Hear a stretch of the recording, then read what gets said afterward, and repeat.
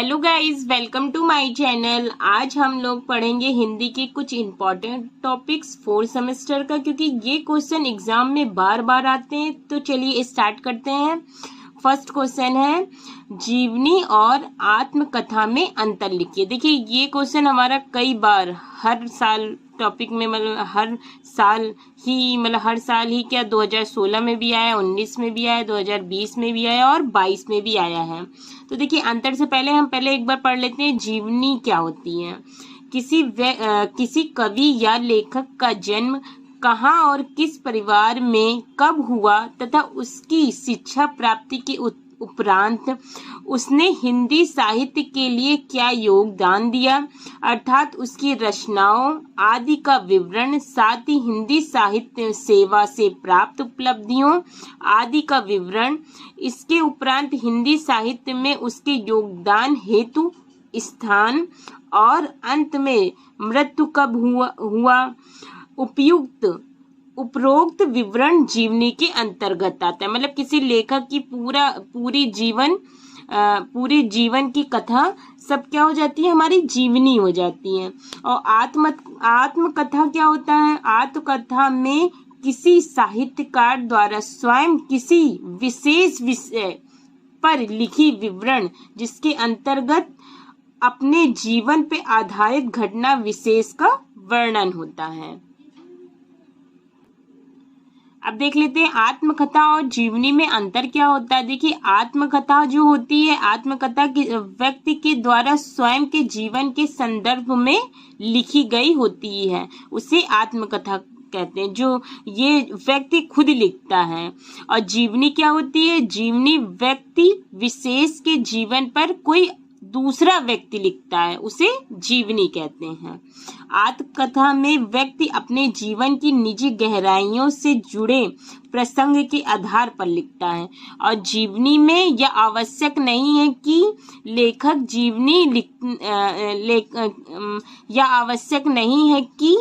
लेखक जीवनी लिखने वाले व्यक्ति की गहराइयों से परिचित हो, मतलब क्योंकि दूसरा कोई लिखता है। आत्मकथा में लेखक अपना जीवन वृत्त स्वयं प्रस्तुत करता है, इसलिए आत्मकथा अधिक विश्वसनीय होती है, क्योंकि लेखक घटनाओं के विषय में जितना जानता है उतना अन्य कोई व्यक्ति नहीं जानता है। और जीवनी में क्या है? जीवनी लिखने वाले लेखक को जीवनी लिखने के लिए यही सामग्री विभिन्न स्रोत, मतलब जो उनको तो विभिन्न स्रोतों से एकत्रित करनी पड़ती है। यदि चरित्र नायक इतिहास पुरुष में हो तो जीवनीकार को उसके जीवन को लेकर व्यापक शोध करना पड़ता है। आत्मकथा आत्मनिष्ठा होती है, जबकि जीवनी वस्तुनिष्ठ होती है। हमारा दूसरा टॉपिक या क्वेश्चन है, प्रत्यय तथा उपसर्ग में अंतर क्या होता है। ये भी हमारा क्वेश्चन कई बार एग्जाम में आया है, तो पढ़ते हैं। प्रत्यय क्या होता है? प्रत्यय के अंतर्गत किसी शब्द के अंत में कोई अक्षर अथवा शब्दांश लग जाने से उस शब्द का अर्थ परिवर्तित हो जाता है, उसे क्या कहते हैं? प्रत्यय कहते हैं। ये कोई शब्द के अंत में लगता है, जैसे कड़वा शब्द के बाद हट लग जाने से कड़वाहट हो जाता है। ठीक। प्रत्यय दो प्रकार के होते हैं, कृत प्रत्यय और ताधिदित प्रत्यय। तो देखिए, कृत प्रत्यय क्या होता है? क्रिया में धातु रूप के पश्चात लगने वाले शब्दांश को कृत प्रत्यय कहा जाता है। जैसे पढ़ में धातु में शब्दांश आई जोड़कर पढ़ाई बन जाता है। इस प्रकार प्रत्यय को जोड़कर संज्ञा, विशेषण तथा अव्यय शब्दों की रचना की जा सकती है।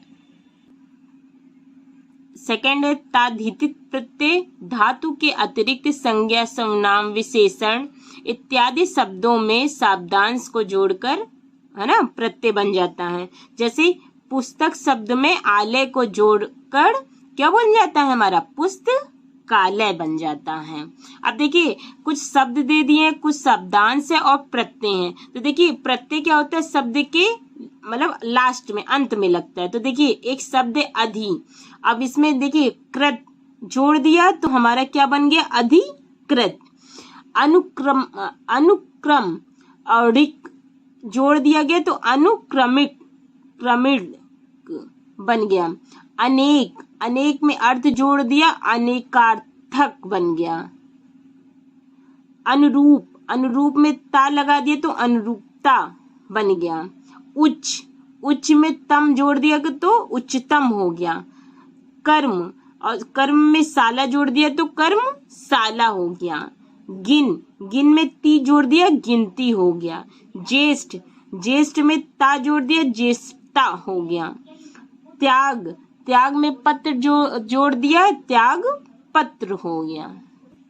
अब उस उपसर्ग क्या होता है, शब्दांश अथवा कोई अक्षर किसी शब्द के आरंभ हो, देखिए प्रत्यय लास्ट में जुड़ जाता है और उपसर्ग किस पहले जुड़ता है, पहले जुड़कर उसके शब्द को परिवर्तित कर दे अथवा अर्थ में विशेषता उत्पन्न कर दे, उसे क्या कहते हैं, उपसर्ग कहते हैं। तो देखिए अब इसमें आगे जोड़ दीजिए, देखिए उपसर्ग हो गया मूल शब्द और उपसर्ग लगाने के बाद शब्द जो बना। तो देखिए मेरा शब्द था मर और उपसर्ग लगा दिया आ, अमर। हमारा मूल शब्द था क्रमण और अति लगा दिए तो अतिक्रमण। खून, अब ना आगे लगा दिया उपसर्ग में, नाखून हो गया। तली, तली में पू लगा दिए तो पूतली। व्रत, व्रत में आगे अंड लगा दिए तो अंड व्रत। नैतिक, नैतिक में आगे उपसर्ग लगा दिए तो अनैतिक। अधिकारी, अधिकारी के आगे चक्र लगा दिया तो हो गया चक्राधिकारी। आलय के पहले हमने उपसर्ग लगा दिया न्याय तो क्या हो जाएगा हमारा, न्यायालय। कार के आगे प्रा लगा दिए तो प्रकार। यह हमारे पेपर में भी कई बार आया है। अब देखिए अंतर क्या है प्रत्यय तथा उपसर्ग में। देखिए प्रत्यय हम लोग ने पढ़ा ही है, किसी शब्द के अंत में जोड़ा जाता है, जैसे कार प्लस आलय। अब इसको जोड़ दिया, कार में आलय जोड़ दिए तो क्या हो जाएगा, कार्यालय। आलय को कार के बाद जोड़ दिया गया है। अब उस उपसर्ग क्या पढ़ा हमने, उपसर्ग में शब्दांश को शब्द के पहले जोड़ दिया जाता है, जैसे पालन से पहले अनु जोड़ देने से अनुपालन बन जाता है। Thank you. अगर आपको हमारा वीडियो पसंद हो तो please like share and subscribe करें। Thank you.